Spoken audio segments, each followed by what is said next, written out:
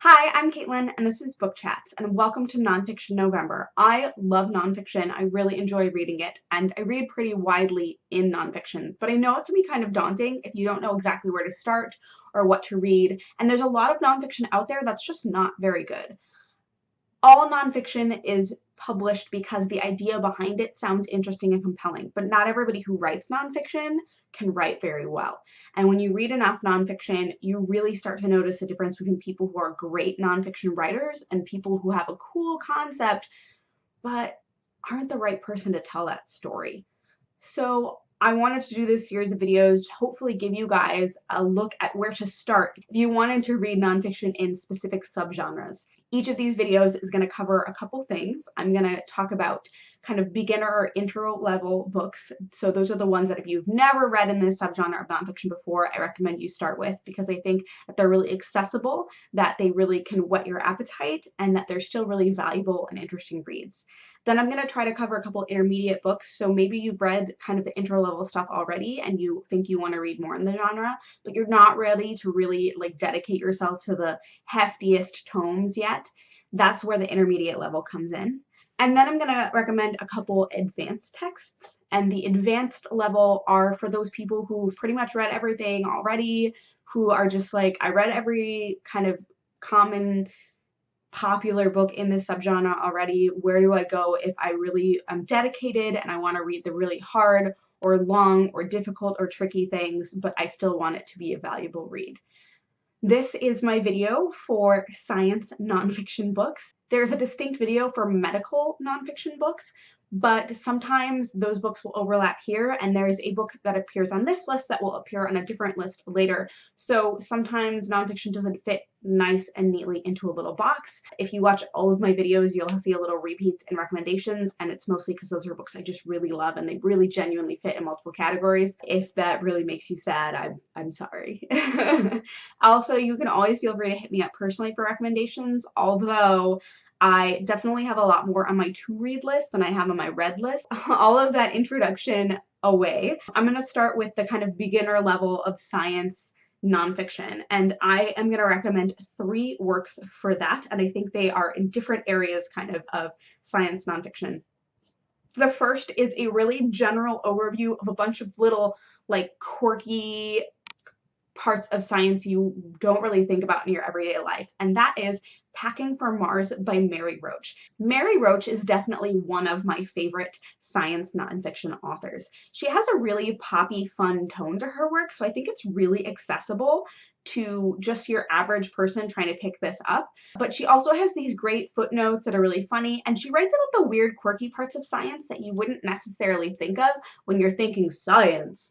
Packing for Mars is a book she wrote about all of the science that it would take to go to Mars on a Mars mission, except for the rocket science. So she's taking all the propulsion, aerospace engineering aspects and throwing that away. That's nice and all, but I mean, what she's really interested in is all of the things it takes to keep humans alive in space on the way to Mars.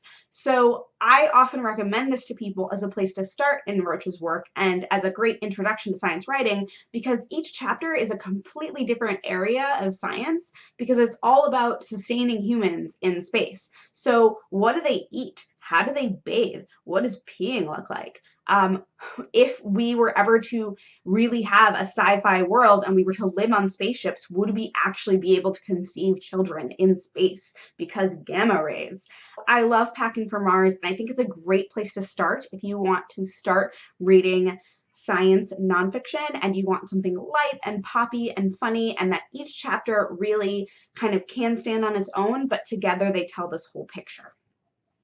The second book I'm going to recommend as a great beginner science nonfiction book is a book that actually is kind of part history and part science, and the science aspect is what I liked the most about this book. And it's the kind of area not just of science, but sort of science ethics and legally what can be done with scientific products that are made from your body as a human.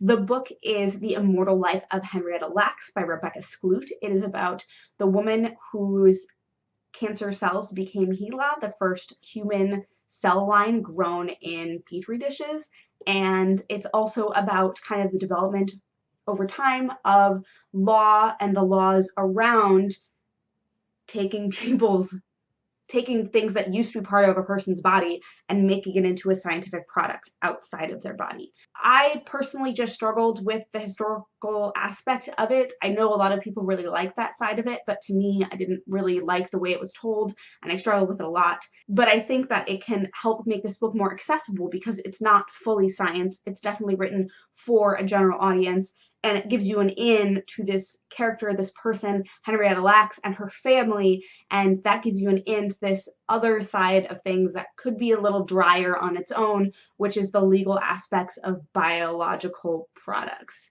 And I really enjoyed thinking about the legal ramifications of people as a source of biological products. So that's why I recommend The Immortal Life of Henrietta Lacks. The third and final book that I would consider kind of an intro beginner nonfiction for science is The Psychopath Test by Jon Ronson. Now, this is a different aspect of science, and that is kind of the psychology, psychiatry side of things. And Jon Ronson, who you may have heard of because he wrote You Have Been Publicly Shamed, he has a very kind of colloquial, almost jokey tone at some points in this book. So it's very accessible, especially if you listen to an audiobook.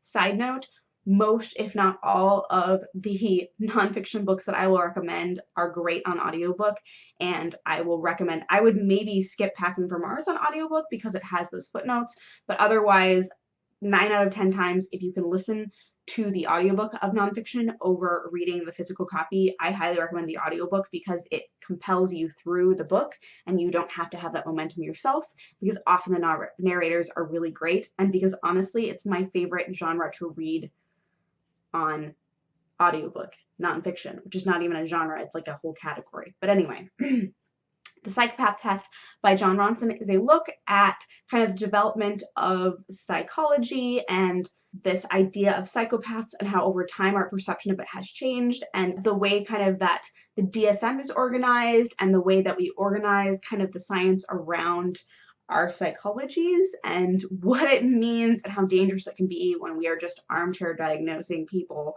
Anyway, I was checking kind of reviews other people had of this book, and not everyone liked it as much as I did.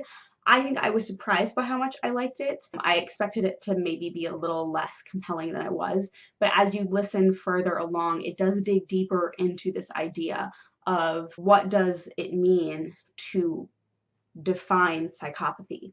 So those are the 3 books I recommend as intro books. Let me know down below if you've read any of the books that I recommended in this video and what you think, and let me know down below if you have any recommendations for science nonfiction and whether or not you think that is like a beginner intro book, an intermediate book, or an advanced book. I will also be posting a separate video where I talk about my current science book TBR, and you are welcome to comment on that as well. Anyway, thank you so much. Welcome to Nonfiction November, and I hope that you are reading nonfiction this month and in the future. Talk to you later. Bye.